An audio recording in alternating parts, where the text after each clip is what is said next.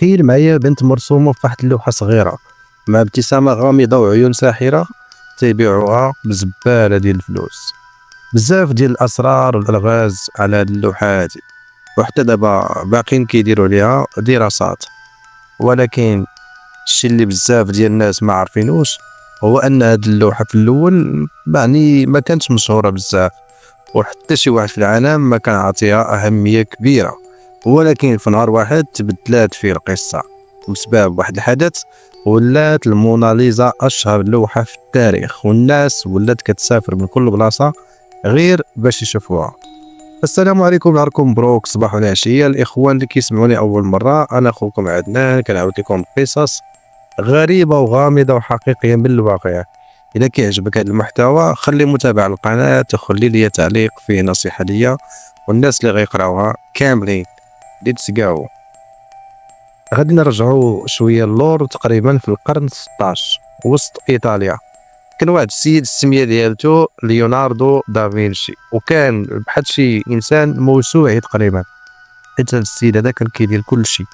كان رسام ونحات وشاعر واديب معماري موسيقي، وزيد عليها كان عالم في الفلك والرياضيات والفيزياء وحتى في الجغرافيا، بحال اللي كنقولوا هنا في المغرب 7 سمايع والرزق ضايع.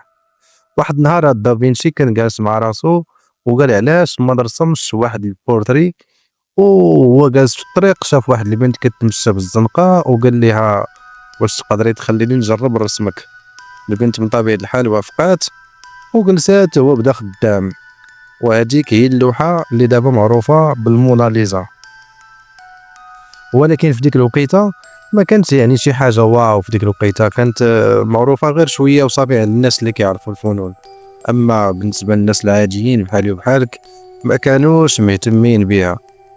حتى جا واحد النهار الملك ديال فرنسا اللي كان مولوع بالفنون قرر باش يشريها وداها معاه من ايطاليا لفرنسا، وبقاو هذوك الملوك ديال فرنسا كيتوارتوها حتى وصلات هذيك اللوحه للمتحف اللوفر.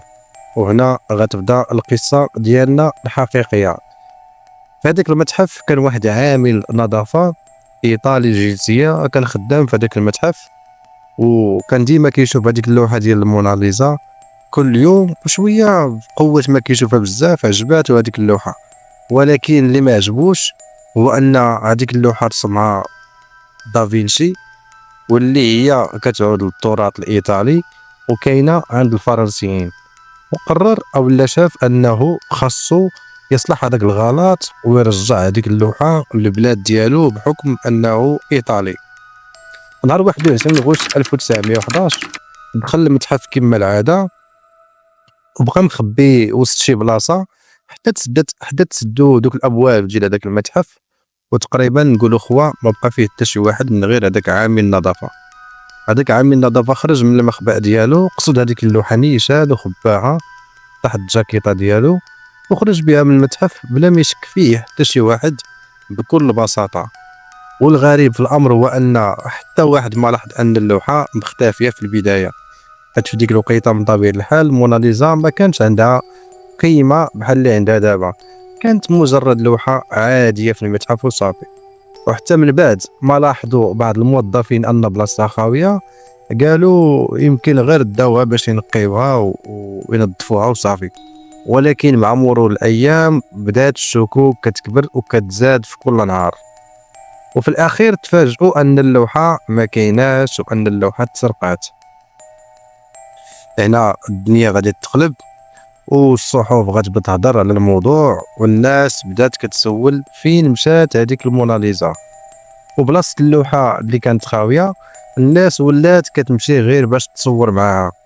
وهنا غدار واحد الضجه عالميه والتحقيقات غادي يبداو في كل بلاصه. حتى الفنان الشهير بابلو بيكاسو جبدوه في التحقيق واخا ما كانت عنده حتى شي علاقه بهذيك القضيه. تقريبا داز على السرقه عامين والناس مازال كيسولوا فين هي الموناليزا حتى لسنه 1913. هذاك عامل النظافه اللي سرق هذيك اللوحه ما قدرش يبقى ساكت وبغى يبيعها في ايطاليا، حيت بالو انها خاصها ترجع لبلادو باش ما كان. واحد من المدراء ديال المعارض الفنية في إيطاليا عرف بالخبر وشك بأن هذيك اللوحة هي اللوحة الأصلية وهي اللوحة اللي مسروقة وكيقلبوا عليها.